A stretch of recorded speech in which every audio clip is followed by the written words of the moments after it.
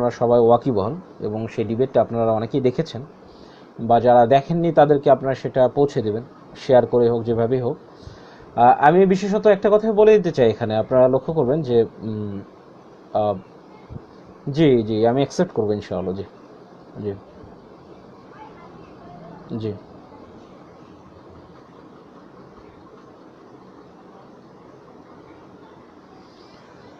আচ্ছা, এখানে আব্দুর রাকিব বলছেন কেটে যাওয়ার পর তিনি কমেন্ট করেছিলেন কেটে দিলেন কেন। আমি একটু স্ক্রিনশটটা দেখে নিতে চাই ভাই। আমি কিন্তু তারপরেও 10 মিনিট ওয়েট করেছিলাম। আপনারা নিজের বিবেকের সাথে আসলে মিথ্যাচার করাটা উচিত না। জি জি জি আপনারা নিজেরাও দেখেছেন যে গতকালকে আমি তারপরেও কিন্তু 10 মিনিট আসিফকে কিন্তু কল করেছিলাম যে আপনি আমাকে অ্যাড রিকোয়েস্ট দেন, কিংবা আমি আপনাকে ইভেন অ্যাড হওয়ার যে লিস্টটা সেখানেও আপনাকে পাইনি। উপরন্তু সেখান থেকে কিন্তু স্পষ্টভাবে আমার স্ক্রিনশট আপনারা পেয়ে যাবেন, আমার ওয়াল পোস্টে দেখবেন। তিনি কিন্তু লেখা ছিল যে Asif Mohiuddin watching is watching live actually. তো এটাই আসলে নিজেদের বিবেকের সঙ্গে ধোঁকাবাজি করাটা উচিত না, আসলে সত্যকে মেনে নেওয়া উচিত এখানে আসলে। আর সবচেয়ে বড় কথা, আপনাদের জন্য আরও একটা সুযোগ, আপনারা যারা নাস্তিক ভাইরা দেখছেন আপনাদেরকে বলছি, আমি আসিফ মহিউদ্দিনকে খুব খোলাখুলিভাবে একটা প্রস্তাব দিতে চাই যে আপনি যে বিষয়গুলো নিয়ে মূলত ইসলামের যে বিষয়গুলো নিয়ে আপনি অবজেকশনেবল যে কোশ্চেনগুলো রাখেন, কিংবা আপনার যে মতবাদকে প্রচার করেন, হয়ে যাক না কেন, সমস্যা কোথায়? আপনার অনুসারীরা কিংবা আপনাকে যারা সাপোর্ট করে কিংবা আপনাকে যারা ভালোবাসেন তারা মনে করছেন আপনি অনেক কিছু জানেন। এটা আমরাও তর্কের খাতিরে না হয় মেনে নিলাম যে আপনি অনেক কিছু জানেন, তাহলে হয়ে যাক না কেন, সমস্যা কোথায়? আমরা ওপেনলি ডিসকাস করি, আমরা ডিসকাস করি ব্যাপারগুলো। আমি তো আসিফ মহিউদ্দিনকে এই জন্যই বলছি যে আপনাকে হায়াত পর্যন্ত সময় দিলাম আমি, আপনি যে কোনো সময় আপনি আমার লাইভে আসবেন, আমি আপনার লাইভে যাওয়ার ইচ্ছে পোষণ করছি, হয়তোবা যাব। যেটা বলতে চাচ্ছি যে একের পর এক সিরিজ ধারাবাহিকভাবে আলোচনা হোক, সমস্যা কোথায়? আর মিথ্যাচার আসলে উড়ে চলে যাবে, এটা একদিন 2 দিন মিথ্যাচার চলে আসলে, কিন্তু দিনের পর দিন মিথ্যাচার। জি আব্দুর রাকিব আপনি বলছেন আসিফ মনে করছে আপনি কেটেছেন না ভাই।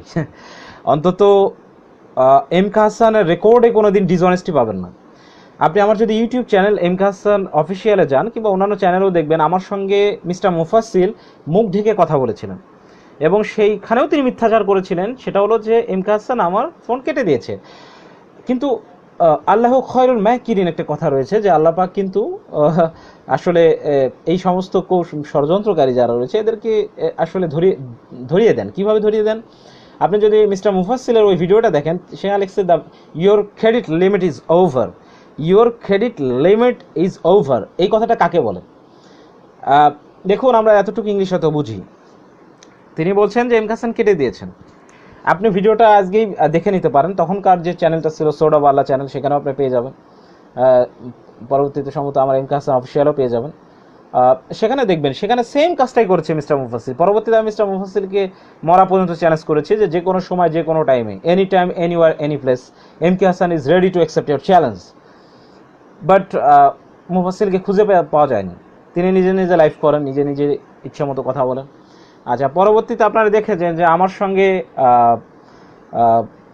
কথা বলেছেন নিষিক্ত কথা বলেছেন। সেখানে নিষিক্তর হাদিসের ব্যাপারে যে তার মূর্খতা, সেটা আমি ধরিয়ে দিয়েছি। সেখানে আপনারা লক্ষ্য করেছেন যে নিষিক্তের যে হাদিস সম্পর্কে ন্যূনতম জ্ঞান নেই, সেই বিষয়গুলো আমি ধরিয়ে দিয়েছি। রাসূল সাল্লাল্লাহু আলাইহি ওয়াসাল্লাম নাকি হাদিস লিখতে নিষেধ করেছিলেন।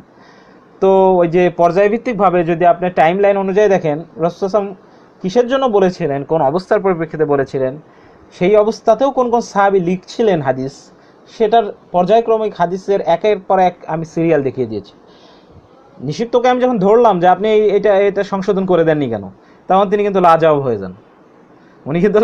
যান। কারণ ওনার কিছু করার ছিল না অ্যাকচুয়ালি। দেখুন, ইলম জিনিসটা ডিফারেন্ট জিনিস। আপনি ধামা চাপা দিয়ে 2 দিন 4 দিন চলতে পারেন, কিন্তু আসলে খুব বেশি দিন স্টে করা যায় না। আচ্ছা, থার্ড টাইম আসলে আরিফুর রহমান। উনি বর্তমান সময়ে এবং আগে থেকেই একজন পৃষ্ঠপোষক হিসাবে খুব বিখ্যাত, আরিফুর রহমান। উনি আসলেন আমার লাইভে কিছু কথা বলতে, যে আসলে মূলত উনি আলোচনাই করে ফেললেন। ওনার সঙ্গে 1 ঘন্টার কাছাকাছি সময় আলোচনা রয়েছে।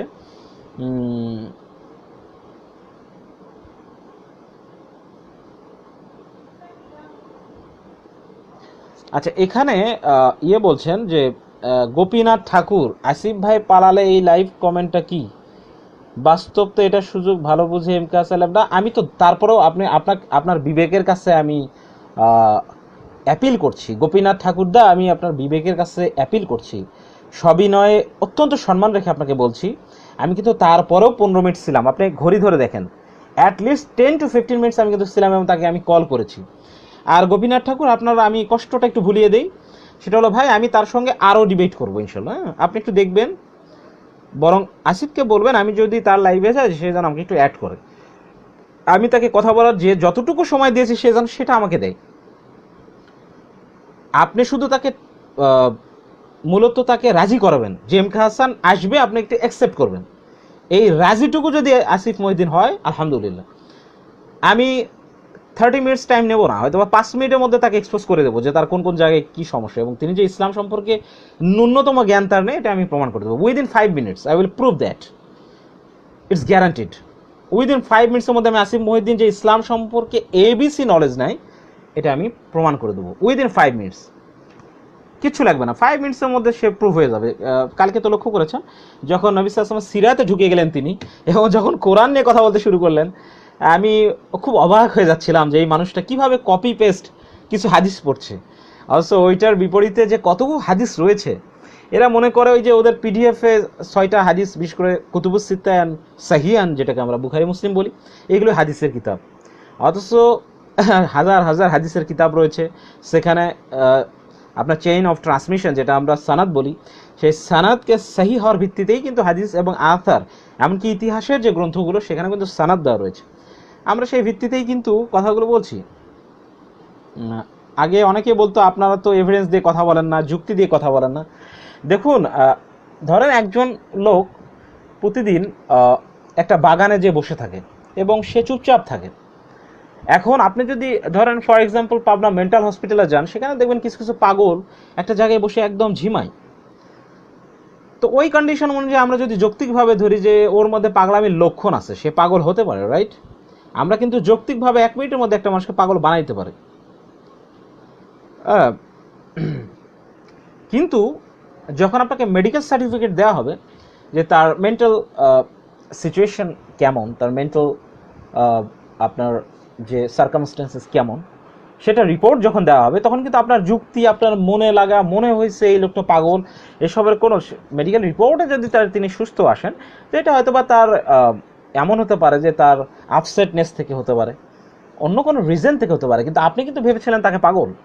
যুক্তিও কিন্তু তাই বলে লোকটা পাগল হতে পারে, লোকটা পাগল হতে পারে, একটা সিচুয়েশন আসতে পারে তার মধ্যে। কিন্তু আপনি যখন এভিডেন্স দিবেন, তখন আর যুক্তি কিন্তু দাঁড় হতে পারে না, কারণ এভিডেন্স হচ্ছে দিনের আলোর মতো পরিষ্কার একটি জিনিস। তো আমি কিন্তু কথা বলেছি এভিডেন্স ভিত্তিক। তিনি যখন একটা হাদিস দিয়েছেন, আমি তার বিপরীতে একটা সুন্দরভাবে তাবিরে একটা সানাদ এনে কিন্তু আমি প্রমাণ করে দিয়েছি যে ওই যুদ্ধেই আচ্ছা, শামীম আহমেদ বলছে মহিউদ্দিনের লোমের যোগ্যতা আপনার নেই। শামীম আহমেদ সাহেব, আসিফ মহিউদ্দিনের পড়াশোনা কদ্দূর আর আমার পড়াশোনা কদ্দূর, এটা একটু পড়ে নেবেন। আমার প্রোফাইলে যান, আমি যে ভার্সিটি থেকে পড়াশোনা করেছি, সেখানে আসিফ মহিউদ্দিনের পড়াশোনার যোগ্যতা নেই। দুঃখিত, আমি যে ভার্সিটিতে পড়াশোনা করেছি সেখানে আসিফের পড়াশোনা করার যোগ্যতা নেই। তাকে 10 বার জন্মগ্রহণ করতে হবে আমার ভার্সিটিতে পড়ার জন্য। আমি ওয়ার্ল্ডের ওয়ান অফ দ্য বেস্ট ইউনিভার্সিটির স্টুডেন্ট ছিলাম, যে ভার্সিটির একবার নাম বললে আর দ্বিতীয়বার বলতে হয় না। গোটা ওয়ার্ল্ডের one of the best university for law, British law, university of London. যদি নাম শুনে থাকেন, আপনি এখনই গুগল সার্চ দেন, যেখানকার স্টুডেন্ট ছিলেন মহাত্মা গান্ধী, আপনি হয়তো বা জানবেন কিনা, মহাত্মা গান্ধী যেখানকার স্টুডেন্ট ছিলেন, সেখান থেকেই তিনি ল কমপ্লিট করেছেন। দেন পরবর্তীতে সে এমনকি আপনি হয়তো বা জানেন কিনা, মহাত্মা গান্ধী কিন্তু একজন ব্যারিস্টার ছিলেন। সো আমার বিষয়ে আপনি কি এই যে টুপি আর এই যে পাঞ্জাবি দেখে কি আমাকে মনে হচ্ছে হুজুর? জি না, আমি 2 লাইনে পড়াশোনা করেছি। আমি British law graduate from university of London, UK. পরবর্তীতে আমি বাংলাদেশে এসে শর্ট কোর্সে দাওয়ার হাদিস করেছি। বড় বড় অনেক উস্তাদদের দার্সে বসার আমার সৌভাগ্য হয়েছে।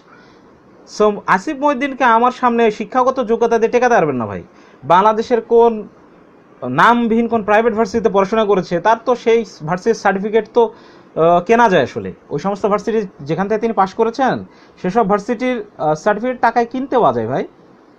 আর আপনি এখনই একটু আমার ভার্সিটি সম্পর্কে গুগলে সার্চ দেন, ওয়ার্ল্ডের one of the best varsity university of London, যার কলেজ হচ্ছে ইউসিএল, যার কলেজ হচ্ছে Queen Mary university of London, যার কলেজ হচ্ছে SOAS school of oriental studies, যেটা আপনি দেখতে পারেন, যার যার আরেকটা ইনস্টিটিউট হচ্ছে এলএসসি, যেটাকে বলা হয় লন্ডন স্কুল অফ ইকোনমিক্স, যেটা ওয়ার্ল্ডের টপ 10টা ভার্সিটি কলেজের মধ্যে ওয়ান অফ দেম। আপনি কুইন মেরি বলেন, ইউসিএল বলেন, আপনি এগুলো হচ্ছে ওয়ার্ল্ডের বেস্ট, এবং এরাই হচ্ছে ইউনিভার্সিটি অফ লন্ডনের সার্টিফাইড করে। তো এই বিষয়গুলো না জেনে আসলে আপনারা ব্যক্তিগত কথা বলতেও তো ধরা খান। আপনি পারলে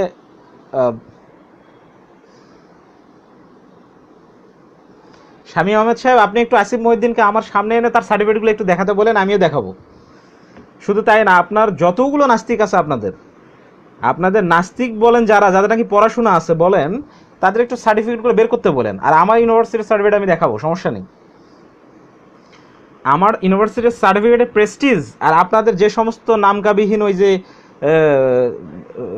কোনাকুনি চাপা চুপাই যে সমস্ত ভার্সিটিতে পড়াশোনা করেছেন, তাদের একটু ওয়ার্ল্ড র্যাঙ্কিংটা দেখবেন, তাহলে বুঝে যাবেন কে কোথা থেকে পাশ করেছেন।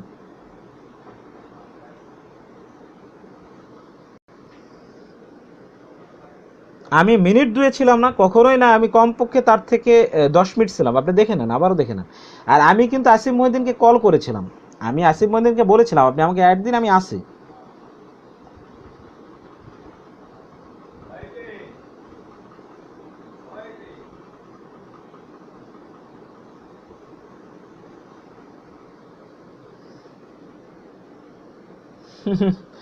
আচ্ছা, পার বাবা নাকি বলছে, আপনি যা বলতেছেন ভাই সব আপনার বানানো। আচ্ছা আচ্ছা আচ্ছা, আমি তো রেফারেন্স দিয়েছি ভাই, আপনারা একটু চেক করে নেবেন।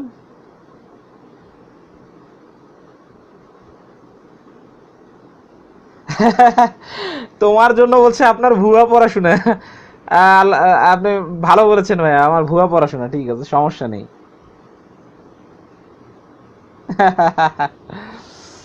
আহ, খুব সুন্দর।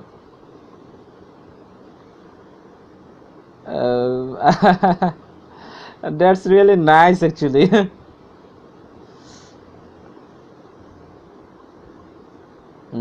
আচ্ছা, আমাদের আজকে কিছু না, আজকে শুধু আসলে মতবিনিময় আসলে, হ্যাঁ সেটাই বলছিলাম।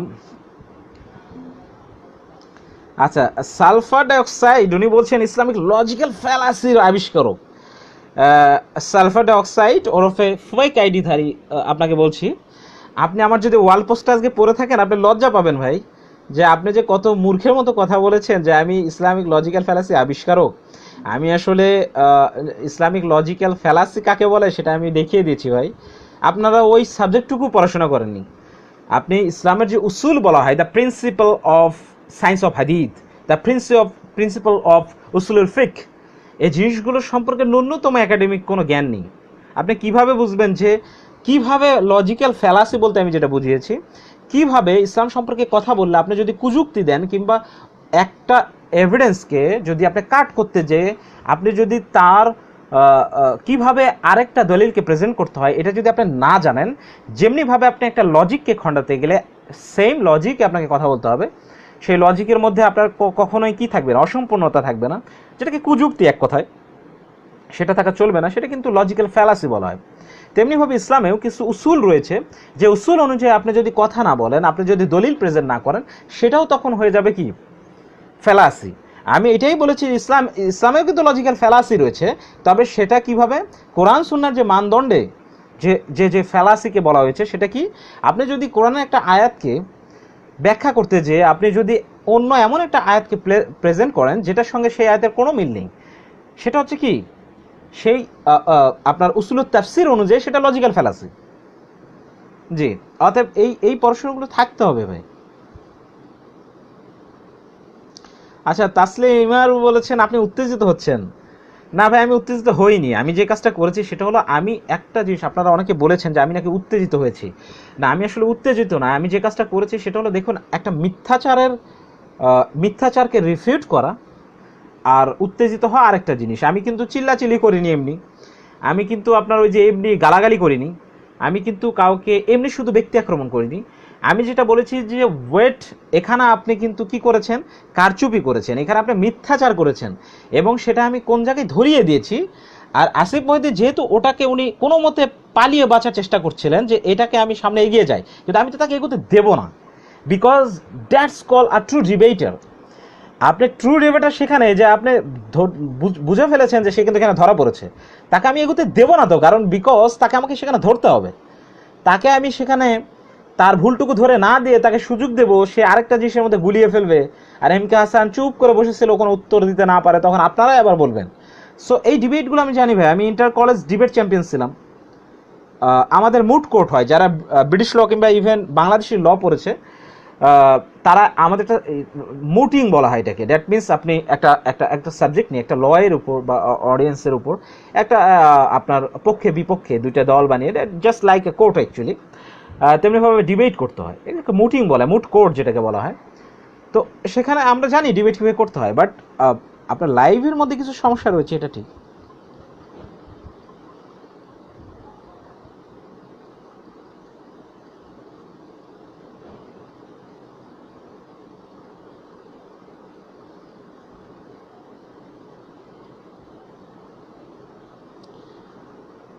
হ্যাঁ, আমি ওইটাই বলছিলাম, ইসলামিক লজিক্যাল ফ্যালাসি, গুড। আচ্ছা এমডি,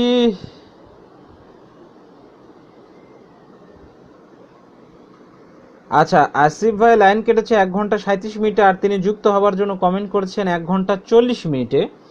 আর ঠিক এর পরেই আপনি সুযোগ বুঝে 1 ঘন্টা 45 মিনিটে লাইভ শেষ করেছেন, তাহলে সুযোগ কোথায় দিলেন? গোপীনাথ ঠাকুর দাদা, আমি আপনাকে সেই স্ক্রিনশটটা একটু দিতে বলবো আমাকে। তিনি আমাকে যে অ্যাড হওয়ার জন্য বলেছেন, স্ক্রিনশটটা আপনারা আমাদের দেবেন। তবে তিনি তিনি যে কয়েকটা তার জন্য আমি ওয়েট করেছি, সেটা আপনারা নিজেরাও দেখেছেন।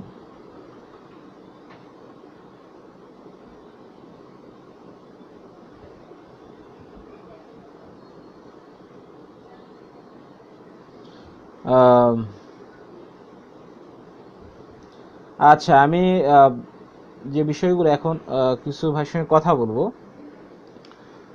দেখি কার কার সঙ্গে কথা বলা। রেজা মোহাম্মদ মল্লিক ভাই, উনি অনেকক্ষণ ধরে চেষ্টা করছে। আচ্ছা রেজা মোহাম্মদ, আপনাকে আমি অ্যাড দিচ্ছি, আপনি কানেক্ট হতে পারেন। আপনি ডিবেটটা সম্পর্কে আপনার মত বিনিময় করতে পারেন, আপনি আপনি আপনার অনুভূতি বলতে পারেন। রেজা মোহাম্মদ মল্লিক ভাই, আপনাকে আমি অ্যাড দিয়েছি।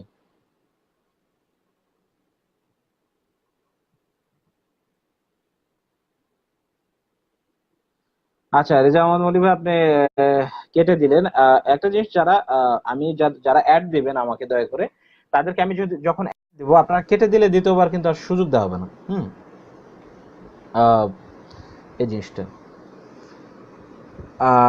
তোমার জন্য ভাই, আজকে তো সাবজেক্টটা মূলত আসলে দুইটা ডিবেটের ব্যাপারে। হ্যাঁ, এই 72টা হুরের ব্যাপারে কথা বলবো। এই বিষয়টা তো অনেক আগে বলে দিয়েছি, আপনি কি মনে হয় শোনেননি? 72টা হুরের যে হাদিসটা, এটি জাল, হাদিসটি জাল। যে হাদিসটা সহি, সেটি একমাত্র শুধুমাত্র শহীদদের ব্যাপারে বলা আছে, তাও যেটার মূল প্রিন্সিপাল বলা আছে যে একজন মুসলিম তার একজন পবিত্র মনে, নোংরা মনের মানুষ কিন্তু কখনোই জান্নাতে প্রবেশ করতে পারবে না। আরেকটা জিনিস, হুরের যে ব্যাপারটা বলছেন, মূলত একজন মুসলিমের জন্য ওয়াইফ থাকবে 2জন, ওয়াইফ বলা হয়েছে এখানে। হুর বলতে যে জিনিসটা বুঝেছি, সেখানে ওয়াইফ, এবং তাদের কিন্তু বিবাহিত, বিয়ে দেওয়া হবে। হ্যাঁ, বিয়ে দেওয়া হবে। 72টা হুরের যে হাদিসটি, এটা জাল। 72টা হুরের যে হাদিসটি সহি, এটি আবু দাউদে এসছে, তিরমিজিতেও এসছে হাদিসটি। সেটা শহীদদের জন্য শুধুমাত্র, যারা জিহাদের, বিশেষ করে একদম জিহাদের ময়দান যেটাকে বলা হয়েছে। সো এটা আমাদের জন্য না ভাই, দুর্ভাগ্য, আমরা অত বড় স্ট্যাটাসে যেতে পারবো না। আর এই 72টা হুর কথাটা একটা ফ্যালাসি। কেমন করে ফ্যালাসি আমি বলি, ধরুন ফর এক্সাম্পল আমি আপনাকে বলে দিলাম যে এই রুমে তোমার যা কিছু আছে সবই তোমার। পরে বলছি যে এই রুমে যে 4টি বোতলে তোমার জন্য, সরি, এই রুমে 4টি থলের মধ্যে, তোমার পটের মধ্যে যে খাবারগুলো রয়েছে সবই তোমার। মূল কথা কিন্তু আমি আগেই বলে দিয়েছি যে এই রুমে যা কিছু আছে সবই তোমার। সেখানে ওই আলাদা করে 4টি পটে খাবার রয়েছে এটা বলাটা কিন্তু অযৌক্তিক, রাইট?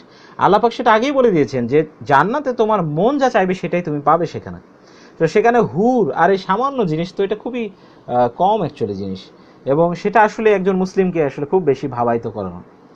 আর আমরা যেমন ফর এক্সাম্পল আমাকে যদি বলেন আমরা কি হুরের চিন্তা করি, কোনোদিনই না ভাই। বরং আমরা যা কিছু করি আল্লাহকে ভালোবেসে, এমনকি জান্নাতের লোভে কোনো কিছু করি এটাও নয়, আমরা আল্লাহ পাকের কৃতজ্ঞতার জন্য সব কিছু করি, যে আল্লাহ পাক আমাদেরকে এত বড় হিদায়ত করেছেন, যিনি আমাদেরকে রহমত করেন, যিনি আমাদের কষ্টের সময় যার কথা মনে করে আমরা ফিল করি ইয়েস আমাদের কেউ একজন আছেন। তো এই যে বিষয়গুলো, আহ, যেটাও কিনা আমাদের কিন্তু সুপারস্টিশিয়াস কোনো কনসেপ্ট না, সেটা আমাদের ব্যাকড বাই নলেজ, আমরা কিন্তু জ্ঞানের মাধ্যমে আল্লাহ পাককে জেনেছি। হুম। আচ্ছা, তো এই জন্যই বলেছি যে 72 হুর বা এই জাতীয় কথাগুলো একটা কথার মধ্যে দিয়ে সেটা শেষ হয়ে যায়।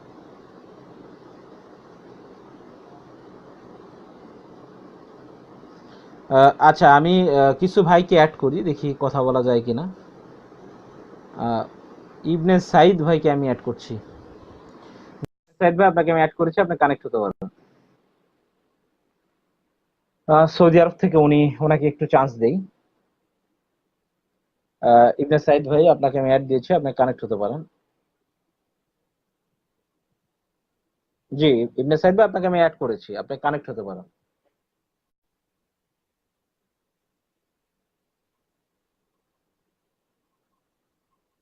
জি, ইবনে সাইদ ভাই, আপনি যদি দেখে থাকেন আপনাকে আমি অ্যাড দিয়েছি, আপনি কানেক্ট হতে পারেন। ইবনে সাইদ ভাই, উনি মনে হয় আহ, জি কানেক্ট হচ্ছেন উনি। জি, জি। আসসালামু সালামু আলাইকুম আলাইকুম ওয়া রহমতুল্লাহ। রাহমাতুল্লাহি ওয়া বারাকাতুহু। ওয়ালাইকুম আসসালাম ওয়া রাহমাতুল্লাহি ওয়া বারাকাতুহু। কি অবস্থা সাইদ ভাই, ভালো আছেন? আলহামদুলিল্লাহ, ভাই ভালো আছেন?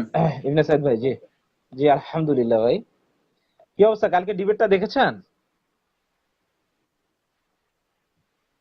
আমি কালকে একটু কাজ ছিল, এজন্য দেখতে পারিনি। আচ্ছা তবে আচ্ছা মোটামুটি আমি পরে দেখে আচ্ছা দেখে আচ্ছা আসি। আচ্ছা জি জি। লাস্ট মোডে মানে আসিফ মহিউদ্দিন পালাই গিয়েছিল সম্ভবত। আলহামদুলিল্লাহ, না, এখন তো ইবনে যাক সাইদ ভাই এখন আলহামদুলিল্লাহ, দোষ মোটামুটি দিচ্ছেন লাস্ট যে মিনিট আমি নাকি কেটে দিয়েছি। হ্যাঁ, এখন দোষ দেওয়া হচ্ছে আমি নাকি কেটে দিয়েছি, চিন্তা করেন। না আপনি যে আমি ডিবেট লাস্ট পর্যন্ত আমি দেখে আসি যে জি আপনি মানে কথার মধ্যে মশগুল ছিলেন। এর থেকে জি জি বোঝা জি। যায় যে আপনি কেটে দিয়েছেন না। আসলে কিন্তু ভাই আপনি যখন বিষয়গুলো কথার মধ্যে হচ্ছে যে মশগুল ছিলেন এরপরে যখন একজন মানুষ যদি বিবেক দিয়ে চিন্তা করে তাহলে সে বুঝবে আমি কেন তাকে কেটে দিব। আমি তো আনসার দিচ্ছিলাম তার কথা, রাইট? আমি তো তার কথার উত্তর দিচ্ছিলাম, আমি কেন কেটে দিব তাকে? আমি কেটে দিলে বরং আমি থেমে যে তাকে কেটে দিব, কারণ আমি উত্তর পাচ্ছিলাম না, সেটা একটা রিজন হতে পারে। আপনি চিন্তা করেন এদের হ্যাঁ, বিবেককে আসলে আমরা বুঝি না, হ্যাঁ কি ঠিক আছে। দিয়ে আমরা বোঝাবো। জি যাই হোক, জি আহ, তারপর তো আপনার যে আনসার গুলা আমি নতুন জি অনেক জিনিস আমি নতুন জিনিস আমি জানতে পারলাম। আনসারটা জি জি এত জি মানে সেই আনসারের মধ্যে কিন্তু তার তার শুধু মানে এই যে আসিফ মঈনুদ্দিন সেখানে তো মানে তার কুতি হওয়ার সম্ভাবনা সবচেয়ে বেশি ছিল। আপনি যেভাবে আনসার গুলো দিয়েছিলেন জি জি জি। যে ইবনে সাইদ ভাই, এমনিতে আপনি মোটামুটি হাসান ভাই, আপনার আমি কিছুর কতগুলা সঙ্গে একটু কথা বলি, সেটা হচ্ছে করবো যে আপনি ইনশাল্লাহ। নিজেও বর্তমানে দেখছি যে লাইভ করছেন, এবং মোটামুটি মত বিনিময় করছেন। এই যে মুক্তমনা দাবিদার বা নাস্তিকরা, এদের সঙ্গে তো আপনার কথা হয়, তাই না?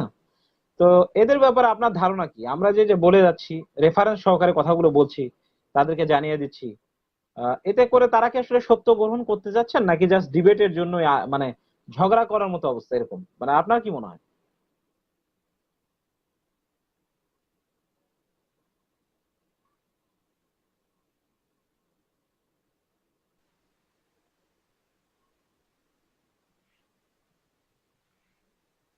জি, আপনি শুনতে হ্যালো, শুনতে পাচ্ছেন ভাই? হ্যাঁ হ্যালো। হ্যাঁ, এখন শোনা যাচ্ছে, এখন শোনা যাচ্ছে। আমার এখানে জি, একটু ইমরান ডিস্টার্ব সাহেব ভাই, আপনাকে যেটা বলতে চাচ্ছিলাম যে আপনি তো নিজেও লাইভ করেন, কথা বলেন দুই একজনের সাথে। তো এখন ব্যাপার হচ্ছে এই যে মুক্তমনা বা যারা নাস্তিক নিজেদেরকে দাবি করে, তো তাদের সঙ্গে কথা বলে আপনার কি মনে হয়েছে যে এদেরকে রেফারেন্স সহ যৌক্তিক ভাবে বুঝালে এরা কি বোঝে, বা এরা কি সত্য গ্রহণ করতে চায়, নাকি জাস্ট মানে ওই যে মানে জাস্ট তর্কের খাতিরে তর্ক করা, এরকম কিছু? আপনার কি মনে হয়? আপনার অভিজ্ঞতাটা একটু শেয়ার করেন। তবে না, আসলে মূলত মূলত যে আমি অনেক কথা বলি আছি, কিন্তু আসলে ওরা সত্য গ্রহণ করবে না। এরা আচ্ছা কখনো আচ্ছা আচ্ছা। যতই আপনি ওদেরকে অনেক লোক আছে এরকম কিন্তু এবং কি কোরআন কারিমের মধ্যে এই কথা বলেছে। আল্লাহ বলেছেন সুম্মুম বুকমুন উম্মিয়ুম ফাহুম লা ইয়ারজুন, তারা বধির মুখ অন্ধ, তারা ফিরবে না। যদি জি জি হাসান জি ভাই এদেরকে আপনি যতই আপনি দলিল দিবেন, যতই সুন্দর কথা বলবেন, যতই হক কথা বলবেন, কিন্তু তো ওরা যারা গ্রহণ করবে না, আসলে এরা এমনিতে গ্রহণ করবে না। যেরকম জি তাদের মধ্যে একজন আবু জাহেল, যেমন জি আবু জাহেল সে কিন্তু জানতো যে নবীজি মুহাম্মদ সাল্লাল্লাহু আলাইহি ওয়াসাল্লাম তিনি সত্য, রাইট। তিনি কখনো মিথ্যা কথা বলেন না। এই জিনিসটা কিন্তু বাইহাকি জানতো আবার আবু ওই যে জাহেল। আলী সাহাবার মধ্যেও এই দলিলটা পাবেন আপনি। জি, হ্যাঁ হ্যাঁ হ্যাঁ। ওই এরপর যে আলী সাহাবা তাফসীর ফি তারপর তামিজিল সাহাবা। হ্যাঁ, জি জি জি। এবং ইবনে হাজার তাফসীর ইবনে আসকালানি কাসিরের মধ্যে রাহিমাহুল্লাহ। আছে। জি জি এই জন্য ওরা আসলে মূলত যারা গ্রহণ করবে না, এদেরকে যতই আপনি এদেরকে দলিল দেন, ও যতই ভালো জি জি কথা বলুক না কেন, রাসূল মুহাম্মদ সাল্লাল্লাহু আলাইহি ওয়াসাল্লাম কিন্তু তারা গ্রহণ করবে না। এরকম আল্লাহ বলছেন সুম্মুম বুকমুন উম্মিয়ুম ফাহুম লা ইয়ারজুন, তারা বধির মুখ অন্ধ, তারা ফিরবে না, তারা জি কখনো গ্রহণ করবে না। আবার কতক লোক আছে গ্রহণ করবে ইনশাআল্লাহ, করবেন। জি অনেক জি লোক আছে আবার ফিরেও যাবে, যারা জি জি যাদের মানে আহ, যে সত্য জিনিসটা জানার যাদের ইচ্ছা, অবশ্যই তারা গ্রহণ করবে। আর যারা জি সত্য জি জি। জিনিস জানার ইচ্ছা না, যারা সত্যকে তারা, অনেক মানুষ আচ্ছা আছে ইবনে সত্যকে সাইদ তারা ভাই, খারাপ। ইবনে সাইদ ভাই, আপনাকে একজন নাস্তিক এটি প্রশ্ন করেছেন, হ্যাঁ, একটু উত্তরটা দিয়ে দেন। তাফসির বাদে কি কোরআন মূল্যহীন? মানে তাফসির বাদে কি? কোরআন কি অচল আসলে? একজন বোঝাতে চেয়েছেন তাফসির ছাড়া কোরআন অসম্পূর্ণ। আসলে তাফসির জিনিসটাকে একটু বোঝান তো, এটা কি কোনো মানুষের তৈরি নাকি তাফসির আসলে কি থাকে বলেন তো ভাই? বুঝাই দেন। না না না, এরা তাফসীর মনে করছে তাফসির আসলে একটা নতুন জিনিস। জি। আসলে ওদের জ্ঞান খুবই খুবই এত নিম্নমানের যে, মানে এত আল্লাহ। নিম্নমানের, মানে কি বলবেন যে, কারণ তাফসীর যে জিনিসটা, তাফসীর যে বিষয়টা, এটা তাফসীর অর্থে গিয়ে ব্যাখ্যা। একটা আয়াত, একটা কিন্তু কোরআন কিন্তু একটা আয়াত দ্বারা আরেকটা আয়াতের ব্যাখ্যা করে কোরআন, রাইট। এমনকি শব্দের ব্যাখ্যা করে। আচ্ছা ইবনে সাইদ ভাই, এখানে তাফসিরে শব্দের কি ব্যাখ্যা কোনো বলতে কোনো কোনো মুফাসসির নিজের কথা ঢুকিয়ে দেয় নাকি ওই কোরআনের আয়াতের সঙ্গে হ্যাঁ মানে হ্যাঁ, আয়া বিল আয়া, রাইট, এবং আয়া বিল হাদিস যেটাকে বলা হচ্ছে, আয়া বিল আয়া, কোরআনের আয়াত আবার আয়াত আয়াত আয়া দিয়ে, আয়া কোরআনের আয়াত বিল হাদিস দিয়ে। হাদিস। জি জি জি। এখন আপনি এটাই বুঝিয়ে দেন তাকে যে এখানে কি আসলে নতুন করে বানানোর কিছু আছে নাকি কোরআন হাদিসের বাইরে কিছু নেই, বলেন। এটা এনাকে একটু বুঝিয়ে দেন। না না না, জি আসলে যে মূলত যে কোরআন, আমরা কিন্তু জানি যে কোরআন মূলত নবী মুহাম্মদ সাল্লাল্লাহু আলাইহি ওয়াসাল্লাম তার সাহাবাদের কিন্তু শিক্ষা দিয়েছেন। জি তাফসীর জি তাফসীর কিন্তু নবী মুহাম্মদ সাল্লাল্লাহু তার সাহাবাদেরকে শিক্ষা দিয়েছেন। আমরা জি অনেক জি। অনেক যে কোরআন আয়াত থেকে আমরা বুঝতে পারি, অনেক সূরা নাহালের আয়াত রাসূল আপনি সাহাবা হলো এমনকি অনেক সূরা হাদিস। নাহালের সূরা নাহালের যদি 44-45 নম্বর আয়াতগুলো রাসূল সাল্লাল্লাহু আলাইহি ওয়াসাল্লামকে নির্দেশ করা হয়েছে যে তুমি তাফসীর করো, হ্যাঁ, বুঝিয়ে দাও, বর্ণনা করো। রাইট। হ্যাঁ হ্যাঁ জি হ্যাঁ। এরপর এরপর আমি আরেকটা যে কয়েকটা আয়াত, যেরকম আল্লাহ রাব্বুল আলামিন একটা আয়াতের মধ্যে বলেছেন ওয়াল্লাযিনা আমানু ওয়া লাম ইয়ালবিসু ঈমানাহুম বিযুলমিন উলাইকা লাহুমুল আমনু ওয়া হুম মুহতাদুন। এখানে বলছেন মুহতাদিন। যারা জি যারা ঈমান আনয়ন করবে, ঈমানের সাথে জুলুমকে মিশ্রিত করবে না। জি এখানে জুলুমকে মিশ্রিত করবে না জি ঈমানের সাথে, এই অর্থ রাসূল বুঝতো না। জি তখন রাসূল সাল্লাল্লাহু আলাইহি ওয়াসাল্লাম পাল্টা প্রশ্ন করলো যে আসলে ঈমানের সাথে জুলুম মিশ্রিত করে না, মানে এরকম লোক কি আছে কি দুনিয়ার মধ্যে? তখন রাসূল সাল্লাল্লাহু আলাইহি ওয়াসাল্লাম আবার আরেকটা আয়াত দ্বারা তিনি বুঝিয়ে দিলেন যে ইন্না শিরকা লা যুলমুন আযীম। শিরক হলো এখানে সবচেয়ে বড় জুলুম। এখানে জুলুম শব্দের অর্থ হলো রাইট। শিরক। এজন্য রাসূল সাল্লাল্লাহু আলাইহি ওয়াসাল্লাম সাহাবাদেরকে তাফসীর বুঝিয়ে দিতেন। জি জি জি জি। এজন্য তাহলে আমাদের উচিত তাহলে আমরা যে বুঝলাম নবী যে ভাই, মুহাম্মদের যে আহ, সাহাবারা কিন্তু আহ, তাফসীর কিন্তু মূলত দুই প্রকার, হ্যাঁ, এটা একটু বলে দিই। একটা হচ্ছে তাফসীর বিল রিওয়ায়া, যেটা রিওয়ায়াতের মাধ্যমে, আর তাফসীর বিদ দিরাহ, রাইট। তো রেওয়ায়াতে যে সমস্ত তাফসীর আমাদের মধ্যে রয়েছে এগুলো দেখবেন যে ম্যাক্সিমাম কিন্তু কোরআন এবং হাদিস দিয়ে। আর দিরায়ের যে সমস্ত তাফসীর গুলো, এর মধ্যে কিছু কিছু ইস্তিহাদও ঢুকানো আছে, অনেক মুফাসসির ইস্তিহাদও করেছেন। তবে উসুলুত তাফসীর একটা সাবজেক্ট আপনি জানেন আছে, যে তাফসীরে উসুল, তাফসীর করা উসুল। সেখানে সর্বপ্রথম এবং সর্বশেষ যেটা উসুল, সেটা হলো কোরআন এবং হাদিসের বাইরে কিন্তু কোরআন হাদিসের বিপরীতে ইস্তিহাদও বাতিল। জি আচ্ছা, জি কোন বিষয় যদি কোনো মানুষ যদি না পায়, একটা জি বিষয় সম্বন্ধে যদি এর কোনো সমাধান না পায়, তবে অবশ্যই সে ইজতিহাদ, যারা বড় বড় উলামা, এরা অবশ্যই জি জি এম কে হাসান ভাই, জি জি আমি জি কিছু জি জি কিছু প্রশ্ন করবো। আমি কিছু প্রশ্ন করব। জি আচ্ছা আচ্ছা, ইবনে সাইদ ভাই আপনাকে একটা প্রশ্ন করেছে, হ্যাঁ? যদি আল্লাহর কথা বুঝতে ইমকে আচ্ছা হাসানকে আচ্ছা। বারবার প্রশ্ন করতে হয়, এটাই প্রমাণ করে কোরআনে অসারতা। অথচ আল্লাহ পাক আপনাকে এই কথাই বলেছে যে স্কলারদের প্রশ্ন করে জেনে নাও। আহলে যিকর বলা হয়েছে, রাইট ইবনে সাইদ ভাই? ফাসআলু আহলা যিকর ইন কুনতুম লা তা'লামুন, যে তোমরা যদি না জানো, তোমাদের যদি জানা না থাকে, তাহলে আহলে যিকর যারা কোরআন এবং সুন্নাহ, আহলে যিকর বলতে এখানে কোরআন সুন্নাহ এক্সপার্টাইজ যারা, যারা স্পেশালিস্ট, তাদেরকে জেনে নিতে বলেছে। আপনি সেম কাজটা কিন্তু আপনার নিজের ক্ষেত্রে করেন। আপনি যদি ফিজিক্স বুঝতে চান, কেমিস্ট্রি বুঝতে চান, আপনি সায়েন্টিস্টদের জিজ্ঞেস করেন, আপনি আপনার টিচারকে জেনে জেনে বুঝে নেন। তখন কিন্তু বলেন না, আরে দূর, যে সাবজেক্ট পড়তে টিচারকে জিজ্ঞেস করতে হয়, জানতে হয়, এত ঝামেলা, সে সাবজেক্ট ফালতু একটা সাবজেক্ট। শোনা তো, তখন কিন্তু আপনি পিএইচডি লেভেল পর্যন্ত যে টিচারের শরণাপন্ন হন, তার কাছে আপনি বারবার জিজ্ঞেস করেন। আল্লাহ পাক এটাই বলছেন যে তোমরা যারা জানো না, তারা আমার যারা কোরআন সুন্নাহ এক্সপার্ট রয়েছেন, যারা স্পেশালিস্ট রয়েছেন, এবং তাদের দলিল সহকারে বুঝতে হবে।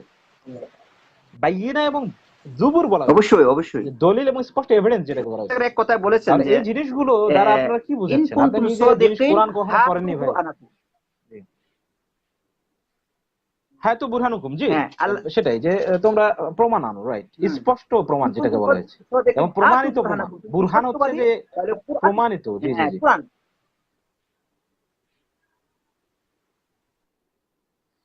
আচ্ছা, মুমিন শেখ বলেছেন লাইভের কত জায়গায় ধরা খেয়েছিলেন, একটু গুনে দেখবেন প্লিজ। মুমিন শেখ, আমি তো ভাই ধরা খাওয়ার মতো কোনো জিনিসই ডিসকাস করিনি। কারণ আমি তো ডিসকাস করছি আপনার নাস্তিকতার, আপনার রিচার্ড ডকিংস, দ্য ফাদার অফ এই প্রেজেন্ট এইথিজম, যে বর্তমান যে এথিজমের ফাদার বলা হয় যাকে, রিচার্ড ডকিংস এর বই থেকে। তো আপনার আসিফ যখন গোজামিল দিতে ধরলেন যে না না না, এটা তো হচ্ছে সোশ্যাল ডারউইনিজমের কথা বলেছেন, কিন্তু আমি তাকে চ্যালেঞ্জ করলাম যে জি না, উনি কিন্তু এখানে বলেছেন যে ইউনিভার্সের কথা, মানে গোটা মহাবিশ্বের কথা, এখানে সোশ্যাল ডারউইনিজম আপনি কোথায় পেলেন? তিনি কিন্তু আর কোনো উত্তর দিতে পারেননি। আপনি ভালো করে ভিডিওটা দেখবেন। সেকেন্ডলি আরেকটা জিনিস, তিনি যখন হাদিসে ঢুকলেন, তখন আমি সরাসরি তাকে কট করেছি যে আপনি তো মিথ্যাচার করেছেন। তাকে আমি গনিমতের মাল বুঝিয়ে দিয়েছি যে গনিমতের মাল বলতে আপনি কি বুঝেন, ডিরেক্ট সেক্স করা? তার বিপরীতে আমি হাদিস প্রেজেন্ট করেছি। হাদিসটা আবু দাউদের হাদিস, হাদিসটা তিরমিজিতে হাদিসটা রয়েছে, এবং হাদিসটা সহিহ। উমর ফারুক রাদিয়াল্লাহু আনহু বললেন যে তোমরা যে সাহাবী আমার কি করেছেন, আগেই, মানে একজন মূলত একজন মানে যুদ্ধবন্দিনী নারী, তাকে দেওয়ার আগে তিনি কি করেছিলেন, তাকে ব্যবহার করেছিলেন। ওই ক্ষেত্রে কিন্তু উমর ফারুক রাদিয়াল্লাহু আনহু কি করেছিলেন, চিঠি লিখলেন যে তাকে কি করা হোক, তাকে রজম করা হোক। আপনি চিন্তা করতে পারছেন তো, গনিমতের মাল যদি সেক্স হইতো, তাহলে তো ওই ওই রজমের জন্য উনি চিঠি লিখতেন না উমর ফারুক রাদিয়াল্লাহু আনহু। এটাই সবচেয়ে বড় প্রমাণ লাগে যে উনি সরাসরি ওখানে ধরা খেলেন। আচ্ছা, তৃতীয়ত, উনি বনি মুস্তালিকের যুদ্ধে এবং আউতাসের যুদ্ধের ঘটনা বলতে যে তিনি চরম ভাবে ধরা খেলেন। উনি বলেন যে আবু সাইদ খুদরি থেকে ওই হাদিসটা, যে আমরা কিছু সংখ্যক যুদ্ধবন্দিনী পেলাম এবং সেখানে কি করলাম, আমরা ইতস্তত ফিল করছিলাম যে তাদের সঙ্গে আমরা সেক্স করতে পারবো কিনা। তো ওই হাদিসের পরিপ্রেক্ষিতে তাবাকাতে ইবনে সাদ কিতাবুল তাবাকাতুল কাবীর, যেটা সেখানে ভলিউম 2 পৃষ্ঠা নম্বর 188 89 বলছেন যে এই যুদ্ধে সমস্ত যুদ্ধবন্দী নারীকে ফ্রি করে দেওয়া হয়, আল্লাহ রাসূল সাল্লাল্লাহু আলাইহি ওয়াসাল্লাম তাদেরকে মুক্ত করে দেন। এবং ইমাম নববী তার সারা মুসলিম শরীফের মধ্যে এই হাদিসের কোট করতে যে বলছেন যে মূলত মুশরিক নারীদেরকে বিয়ে করা যাবে না, তার সঙ্গে সেক্স করা হারাম। তার মানে কি, যারা শুধুমাত্র মুসলিম হয়েছিল বাই কনসেন্ট, শুধুমাত্র তাদের সঙ্গে কিন্তু কি এই ঘটনাটা ঘটেছে। তাহলে আপনি চিন্তা করে দেখেন কতটা মূর্খতা থাকলে, কিংবা এই বিষয়ে না জানা থাকলে একটা হাদিস দিয়ে আমি আগাই গেলাম, কিন্তু ওইটার ব্যাপারে যে সলভে সালেনদের আরো হাদিস রয়েছে, সাহাবীদের মতামত রয়েছে, সেটা কিন্তু তিনি কাট করলেন। তো এইটাই হচ্ছে ইসলামিক লজিক্যাল ফ্যালাসি। এটাকে আমরা উসুল বলি। ইবনে সাইদ ভাই, আমি কি ভুল বললাম? আমাদের লজিক্যাল ফ্যালাসি এটাই কিনা, যেটাকে আমরা উসুল বলি, ঠিক কিনা ভাই? যেমন উসুল হাদিস আমাদের লজিক্যাল ফ্যালাসির মানদণ্ড। ইবনে সাইদ ভাই, আমি কি ভুল বললাম? বলেন একটু, এদেরকে একটু বুঝাই দেন। অবশ্যই মানে উসুলের হাদিস যদি কোনো মানুষ না জানে, জি উসুলের হাদিস যদি এই সম্বন্ধে কোনো জি মানুষের ধারণা থাকে এবং জি জি ইয়া না থাকে, তাহলে সে কিন্তু পরিপূর্ণ যে জিনিসটা জানতে পারবে না। জি এ কোরআন এবং হাদিস সম্বন্ধে সে পরিপূর্ণভাবে ভালো মানে ধারণা মানে হবে না যতক্ষণ পর্যন্ত উসুলের হাদিস যদি কোন মানুষ না জানে। অনেক মানুষ কিন্তু আমাদের অনেক মানুষ আছে যারা হাদিস দইফ, হাদিস সহিহ, মাউদু, এরপর হলো জি শায, জি জি, এইসব সব বুঝেন। এগুলো সম্বন্ধে কিন্তু অনেক মানুষ জানে না। জি আর জি এগুলো জি তো জি নাস্তিকরা ওই কোথায় যাবে এটার মধ্যে? এটার মধ্যে যাইতে হলে ধরো আমার জিনিসটা পড়তে হবে জিনিসটা। জি জি জি জি জি। একটা রাবি, আপনি বিশ্বাস করো চিন্তা করেন ইবনে সাইদ ভাই, হাসান ভাই, ইবনে সাইদ ভাই, একটা রাবি কয়টা কন্ডিশনের উপরে সে ফিকা হয়, এরা বলতে পারবে বলেন? কয়টা কন্ডিশনের উপর একটা রাবি, আপনার চিন্তা করেন যে আহ, কোন কন্ডিশনের উপরে সানাদ আপনার সহি হয়, হাসান হয়, হ্যাঁ, আপনার চিন্তা করেন এই জিনিসগুলো যদি তারা পুঙ্খানুভাবে না জানে, বিষয়টা তো তাদের মূর্খতা। এখন আমরা যদি বলি তাহলে হয় সেটা হচ্ছে গোজামিল। আপনি বুঝতে পেরেছেন? এটা স্যার এই হলো ব্যাপার।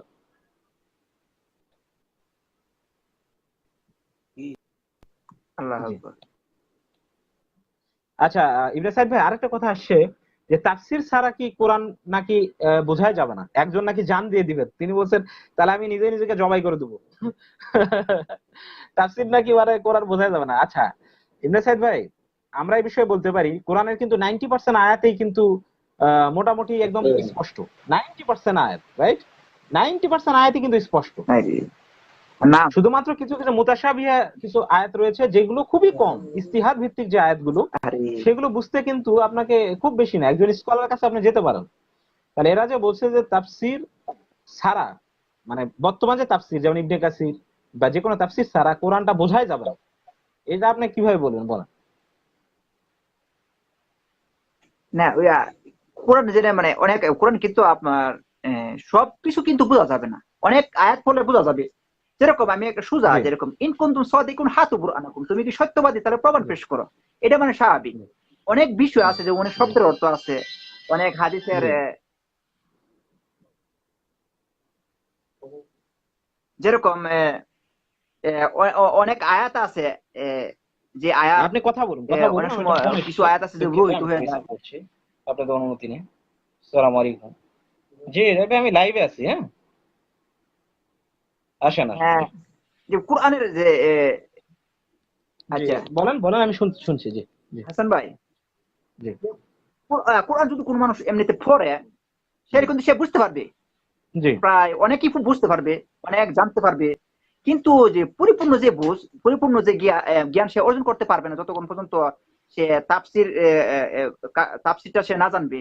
কারণ এক একটা আয়াত এই যে রাসূল সাল্লাল্লাহু আলাইহি ওয়াসাল্লাম সাহাবারা কিন্তু তাফসির করেছেন যে এর অর্থ এটা, এর অর্থ হলো এটা। নবী মুহাম্মদ সাহাবারা এবং আচ্ছা তাবিঈনরা আচ্ছা, এই শিক্ষাটা আমরা একটু বলি ভাই, আমরা একটু বেলাল খানকে বলি, ভাই আপনি আপনি যে আয়াতগুলো বোঝেননি এগুলো সবগুলো লিস্ট করবেন, করে আমাদের ৬,২৩৬টা আয়াত বিশিষ্ট যে আমাদের কোরআন বর্তমান, কিংবা মুসাফ অনুযায়ী ৬,৬৬৬, শুধুমাত্র আমরা জানি যে আয়াতের বিভিন্ন ফুল স্টপ বা আয়ার বিভিন্ন আহ, মানে ফাউন্ডেশনের উপর যেটা করা রয়েছে কিরা আর ভিত্তিতে, কিন্তু আয়াত সংখ্যা কিন্তু সেম। সেটার ভিত্তিতে আমরা যদি বলি, তাহলে আপনি কয়টা আয়াতকে দেখাতে পারবেন যেগুলো বুঝি না আমি, বা আপনি বোঝেন না? আপনি একটু লিস্ট করেন তো, এই ছয় হাজার দুশো আচ্ছা ছত্রিশটা আয়াতের মধ্যে আপনি কয়টা বোঝেন না একটু লিস্ট করে তারপর আমাকে একটু ইনবক্স করবেন। তাহলে আমি বুঝিয়ে দেবো যে আপনি কি ইচ্ছে করে বুঝতে চান না, নাকি আসলে এটা আপনার মূলত সমস্যা। জি হাসান ভাই, জি একজনে বলছে যে আপনাকে বলছে যে মাতাব্বর আজাদ উবিজির সাথে মানে ডিবেট করার জন্য সে কোরআন সম্পর্কে। আমি বলি মাতাব্বর আজাদ অভিজিৎ এর সাথে আমি প্রথম দিন মাত্র 15 থেকে 20 মিনিট সম্ভবত কথা বলেছিলাম। জি জি তারপর সে জি লাইন কেটে ফালে আছে, লাইন কেটে জি জি জি আচ্ছা আচ্ছা। 15 মিনিটের ভিতরে। কিন্তু উল্টো দেখবেন আপনাকেই বলবে আপনি কেটে পালিয়েছে, এই হলো সমস্যা।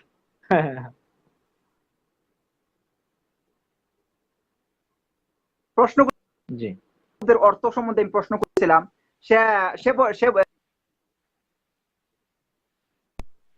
সে সে বললো যে না আমি এই শব্দের অর্থ, আমি তাকে বলেছিলাম যে আরবিতে না। সে বলছে না। এই জন্য মাতাব্বর আজাব অভিজিৎ কিভাবে সে করবে, ডিবেট করবে? যদি একটা ভালো শেখের সাথে ডিবেট করে, প্রথম তার যে মূল বিষয় যেটা আরবি ভাষা সম্বন্ধে অন্ততপক্ষে জ্ঞান থাকতে হবে তার, আরবি ভাষা জি সম্বন্ধে। জি আর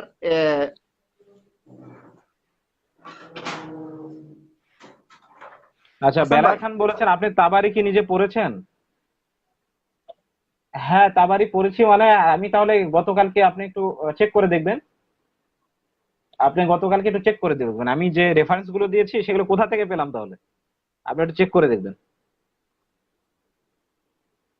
আপনি নিজে সূরা ফাতিহাটা আগে পড়ে আমাকে শোনাবেন, তারপর তাবারি তো অনেক পরে, কি বলেন ইবনে সাইদ ভাই? সূরা ফাতিহাটা আগে পড়ে শোনাও, তারপর তাবারি তো অনেক পরে। সাইদ ভাই ঠিক আছে না? আচ্ছা জি হাসান ভাই, আমি একটা প্রশ্ন করি, একটা প্রশ্ন। এ, জি নাস্তিকরা মিন জি কুল্লি শাইইন খলাকনা যাওজাইনি লাআল্লাকুম তাযাক্কারুন। এখানে যে আচ্ছা অর্থ, আল্লাহ রাব্বুল আলামিন মিন কুল্লি শাইইন খলাকনা যাওজাইনি, আল্লাহ রাব্বুল আলামিন সবকিছু জোড়ায় জোড়ায় সৃষ্টি করেছেন। জোড়ায় জোড়ায়, রাইট। লাআল্লাকুম জাউজাইনি, তাযাক্কারুন। হ্যাঁ, জি, তাকে লাআল্লাকুম তাযাক্কারুন, চিন্তা, জি এটা যাতে তোমরা চিন্তা ভাবনা করেন। আচ্ছা, এই জোড়ায় জি জোড়ায় এটা কিন্তু নাস্তিকরা ভুল বলে। জি তারা বলে যে না, সবকিছু জোড়ায় জোড়ায় নাই, জোড়ায় জোড়ায় আল্লাহ মানে সৃষ্টি করিনি। জি জি জি। না, জোড়ায় জোড়ায় বলতে আসলে যেটা এটা বোঝানো আপনার হয়েছে আসলে, জি, এটা মূলত ওই যে যেমন আমরা যদি দেখি যে এটা আসলে ওইভাবে যে আপনাকে তারা বলে যেটা আসলে যে প্রত্যেকটা জিনিস জোড়ায় জোড়ায় কিনা, হ্যাঁ, এটা মূলত যদি আপনি ওই যে জাউজাইনি যে কথাটা, এটা কিন্তু শুধুমাত্র নারী পুরুষের ক্ষেত্রেই নয়। আপনি দেখবেন যদি আরবি সাহিত্য পড়েন, অনেক জিনিসেই কিন্তু জোড়ার ক্ষেত্রে ইউজ হয় বা বিপরীত ধর্মী ব্যাপারগুলোর ক্ষেত্রে ইউজ হয়। সেক্ষেত্রে এখানে লুগাতটা আপনাকে একটু জেনে নিতে হবে। লুগাতুল আরাবিয়া যদি আপনি পড়েন, তাহলে আপনার মধ্যে সেই আপনার সেই চান্স থাকে সেই তাফসীরটা করা, আপনি ইজিলি করতে পারবেন। এখন এটা করতে যে আপনি যদি মনে যে করেন আপনি এখানে বুঝতে পারছেন নেটের না, তাহলে আপনি স্কলার কাছে যান, একজন স্কলার কাছে জিনিসটা বুঝে নেন। জি, হাসান ভাই, তাইলে স্যার আপনার মানে একটু নেটওয়ার্কের সমস্যা হচ্ছে, আমরা আবার আরেকদিন কথা আবার বলবো। বলো হাসান ভাই। জি জি, আরেকদিন কথা বলবো। জি, ইবনে সাইদ ভাই আপনাকে ধন্যবাদ। আহ, আহ, কিবরিয়া ভাই, জি, কিবরিয়া ভাই আপনাকে আমি অ্যাড করতে চাচ্ছি, আপনি কোথায়? আপনাকে অ্যাড কথা বলছে কিবরিয়া ভাই সম্ভবত। জি, কিবরিয়া ভাই,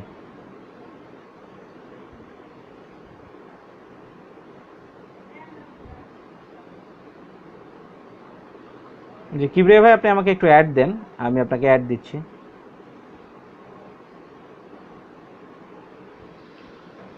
কিবরিয়া ভাইকে আমি দেখতে পাচ্ছি না।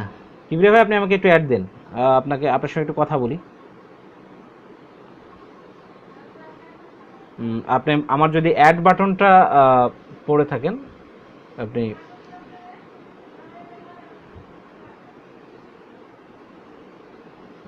কিবরিয়া ভাইকে বলছি,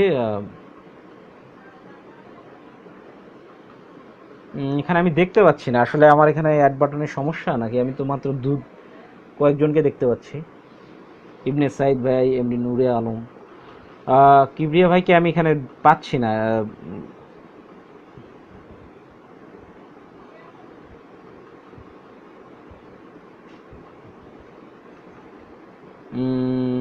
কিবরিয়া ভাইকে বলবো একটু অ্যাড দিতে। আহ, আচ্ছা, কিবরিয়া ভাই আপনি আসেন, আমি পরে আমি মেহরিনা শেহরাজ, আমার এক বোন, তাকে আমি একটু অ্যাড দিই, উনি আমাদের গেস্ট আসলে। মেহরিনা,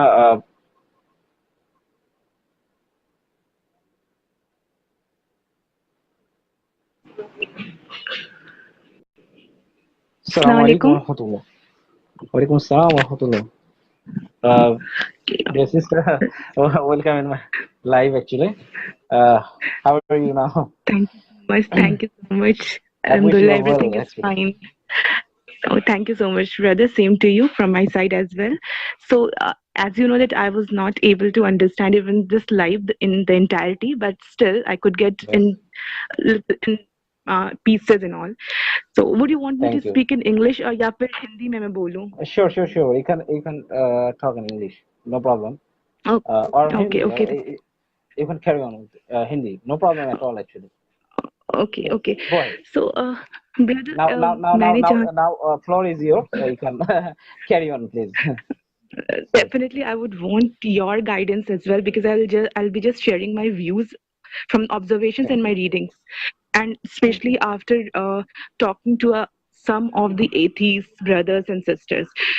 So Yes. Hasan bhai, मैं जब बातें Yes. करती हूँ, so these atheist people, I mean these brothers and sisters, they just generally want to stress on reasoning. They want to stress on Yes. logic, but once you Right. enter into a debate, when you are actually wanting them to talk on reason and logic, they resort to these fallacies, logical fallacies. Some Right. of the very common ones are like ad hominem, where they will just go against you. They will Right. make Ad personal hominem. attacks. Right. Right. Personal Yes, attack. Right. Yeah, and Right. this is not the end. They will move on and on. There's this another fallacy about straw man fallacy, where Yes. when even if I am not holding a position, they'll charge me of Yes. holding certain positions. We are talking on something Right. else, and they will come up and they will Right. start attacking you. Even I think Right. yesterday I was talking to someone, and they started like Yes. charging me on my movement outside the country or at places where mehrams you cannot go out without mehrams, तुम कैसे जा सकते हो, and all this. Even when you are not talking Okay. on that point, why would? And Right. then they will, Mm. again, a very common thing is like they will start uh, going to these things. Look, they will appeal to their ignorance. I haven't read this, I haven't read that, so that's not my problem if you haven't. You are claiming to like blame or accuse Islam of something with your like half baked information. Why is that? Right. And then in many other cases, what we feel is that they will start from a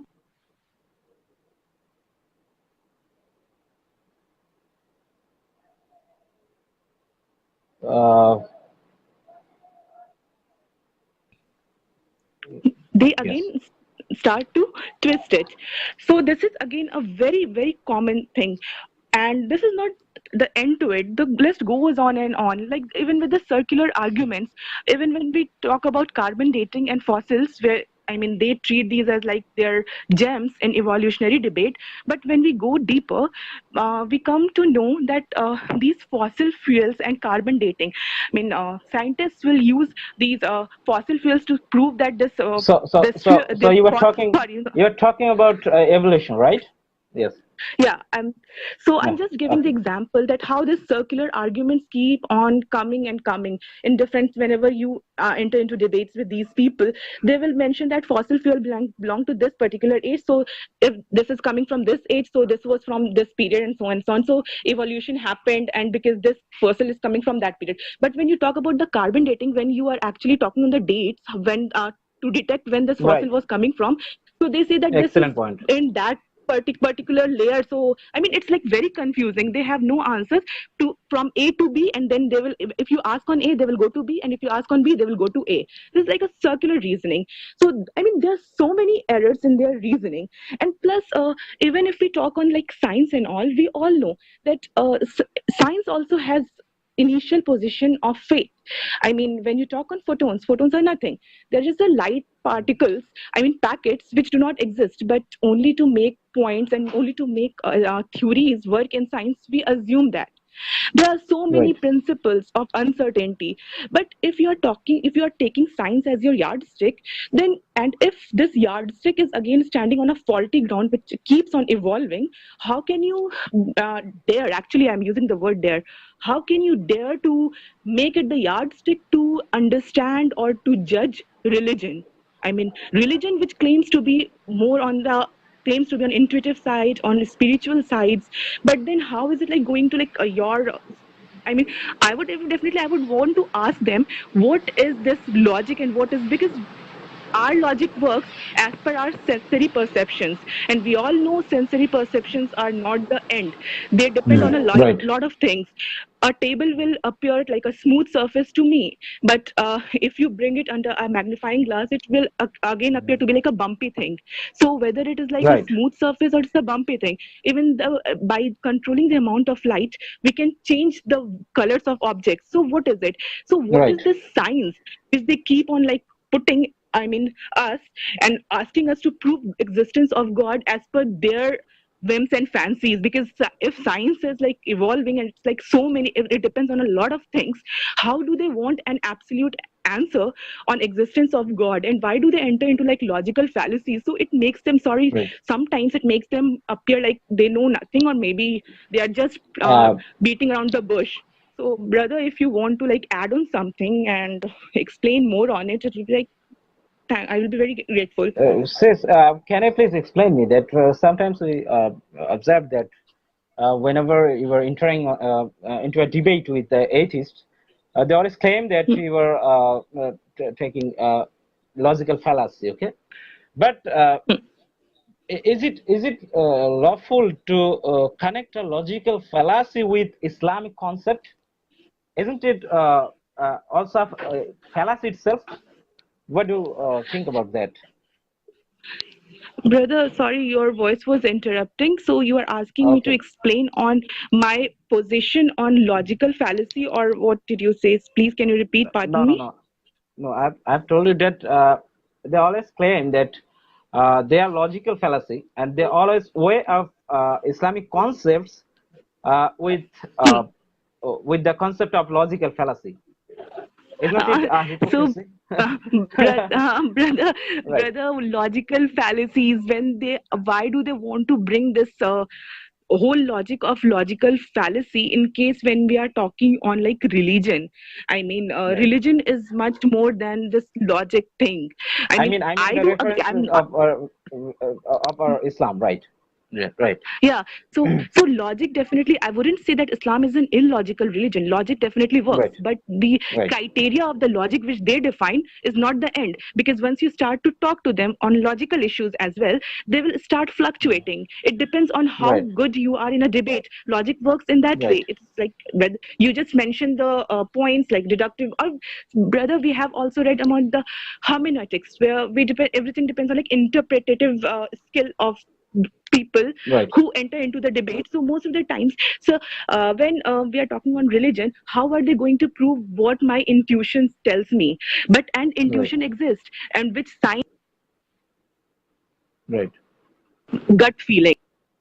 But gut feeling is something which is not yet proved in science. What is it? How, when you look at something, why your body reacts in a particular way, and when you look something similar, it doesn't. Even in the same situation, it doesn't react. Why? There are so Right. many whys which you cannot answer. So Right. these are the things like I come across, and many a times like, and then they will, most of the times they will also go to like personal attacks, and I don't know what not. And so many things happen. So these fallacies, how to address these fallacies and all. So it actually we can talk about the right of women in Islam because sometimes they quote so many hadiths there. Women are so uh, actually suppressed here. So what's your feelings about the right of women actually in Islam? So, brother, I'll just give an example because many a time this question comes to me. I mean, it has already come not only from like atheist front, it's come from like a friendly front as well. When people would Right. ask me, "Don't you feel to wear certain want to wear uh, or go out at night or something like these?" Okay, so Right. I don't think that Islam prohibits me from these things, but has Islam has only disciplined it what Right. I want to Excellent wear. point. I So why to go out at night 9 o'clock all alone when the society is not safe is my point. Am I like a guinea pig that I have to keep experimenting on myself and just to Right. prove some random sort of empowerment? I mean, I have my own discipline. I have my own rules and regulations. But and if you are, I mean, Islam gives us the guidebook to make our life easier. And if we are following it, why come? How come they like charging us to be stupid or to be oppressed? No, I want to follow something. If you feel that just being nude in public is your empowerment, sorry, I differ from it. Why do you want me Right. to follow your definitions? So Islam is not prohibiting me. Islam is just disciplining me. I can enjoy everything, but within certain limits, with a certain set Right. of people. So I don't feel that it is oppressing me. I have chosen Islam after going through it, after reading it. It's not been like forced on me. So, and there are so many beautiful things because men and women are definitely equal. I mean, equal, but they are not uniform.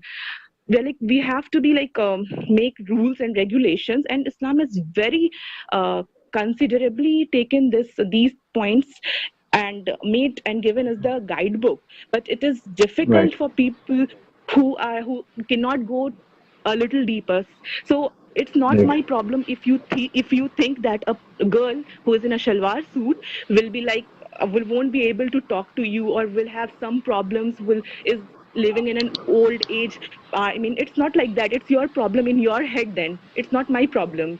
If whatever I want Sis, to wear, let me.